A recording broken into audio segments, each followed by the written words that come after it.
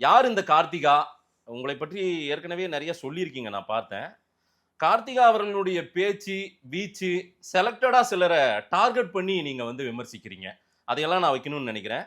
கார்த்திகா அரசியல் குடும்பமா? அரசியலுக்கு வந்த காரணம் என்ன?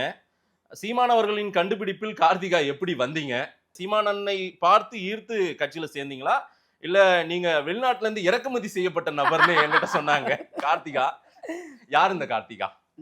எனக்கும் எனக்கு மட்டும் இல்லை, எங்கள் குடும்பத்திலே எங்கள் பரம்பரையிலே அரசியல் கட்சியில் நின்று ம். அரசியல் கட்சி மேடைகளில் வந்து உறுப்பினரானதே நான் தான். ஓ, எங்க நீங்க தான். பரம்பரையிலே. ஓ, மற்றபடி வந்து அரசியல் சார்ந்த பார்வைகள் எங்கள் குடும்பத்துக்கு இருக்கும். ஓ. பக்கா திமுக குடும்பம். திமுகவுக்கு தான் வாக்கு செலுத்துவோம். இல்ல ஒரே ஸ்டைல்ல சொல்றீங்க. நாம் தமிழர்ல யாரையாவது புதுசா நான் அறிமுகப்படுத்தி யாருன்னு கேட்டா, நாங்க திமுக குடும்பங்க. இல்ல. நாங்க திமுகன்னு எல்லாரும் நான் ஒரே நாம் மாதிரி தமிழர் சொல்றீங்க. கட்சிக்கு வர்றதுக்கு முன்னாடி வரைக்கும் ஆ, எங்க குடும்பத்து வாக்குகள் எல்லாமே வந்து திமுகவுக்கு தான் போச்சு. ஓகே. அதுக்கப்புறம் நான் வந்ததுனால நம்ம பிள்ளை இங்கே வேலை செய்யுது, ம். நம்ம பிள்ளை இங்கே போராடுது அப்படின்னு சொல்லி அதுக்கப்புறம் நாம் தமிழர் கட்சிக்கு வந்தவங்க. அப்ப திமுக மேல எவ்வளவு ஈர்ப்பு இருந்திருக்கு மக்களுக்கு பாத்தீங்களா இல்லையா? எல்லாரும் ஒரு கட்டத்தில் ஏமாறணும்லண்ணே, ஏமாந்து தெளியணும்ல. ஆஹா. அதனாலதான் ம். எங்க குடும்பத்திலே நான் தான், சொல்லப்போனால் எங்க பரம்பரையிலே நான் தான் முதல் முறை அரசியல் கட்சிகள்கிட்ட வந்து களப்பணியாற்றுறது, மேடைகளில் பேசுறது இதெல்லாம். ம்.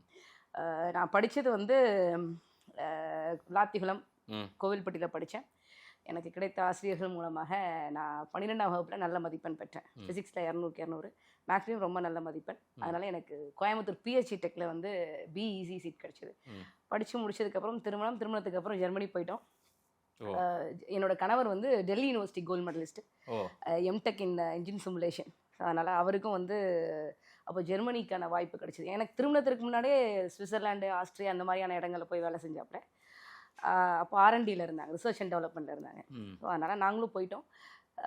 அப்போ வந்து ஜெர்மனியினுடைய கட்டமைப்பு வந்து எனக்கு ரொம்ப பிடிச்சது. முதல் உலகப் போர்லையும் சரி, 2ஆம் உலகப் போர்லையும் சரி, ஜெர்மனி வந்து ஒரு மிகப்பெரிய அடியை சந்திச்சது. ம். கடன், எல்லாமே கடன் தான். அவங்களுடைய கடனே வந்து 2009 காலகட்டத்தில் முடிச்சாங்க, 2ஆம் உலகப் போரில் பட்ட கடனை. இருந்தாலும் அந்த நாடு வந்து வளமையாக இருக்கிறதுக்கான காரணம் வந்து ஹியூமன் ரிசோர்ஸ்னு சொல்லப்பட்டாலும் அவங்களுக்கு தேவையான ஸ்ட்ரக்சர், ஒரு கவர்மெண்ட் கொடுக்கக்கூடிய இந்த இன்ஃப்ராஸ்ட்ரக்சராக இருக்கட்டும், அட்மினிஸ்ட்ரேட்டிவ் ரிஃபார்ம்ஸாக இருக்கட்டும், எல்லாமே ரொம்ப சிறப்பாக பண்ணியிருந்தாங்க. ஜெர்மனி மக்களை விட நம்ம தமிழர்கள் வந்து ரொம்ப அதிகமாக உழைக்கிறாங்க, உண்மையும் நேர்மையும் அரசாங்கத்துக்கு இருக்கிறாங்க. ஆனால் ஏன் இந்த ஜெர்மனி மக்களுக்கு கிடைக்கிற அரசாங்க சேவை நம்ம மக்களுக்கு கிடைக்கல அப்படிங்கிற ஒரு ஏக்கம்.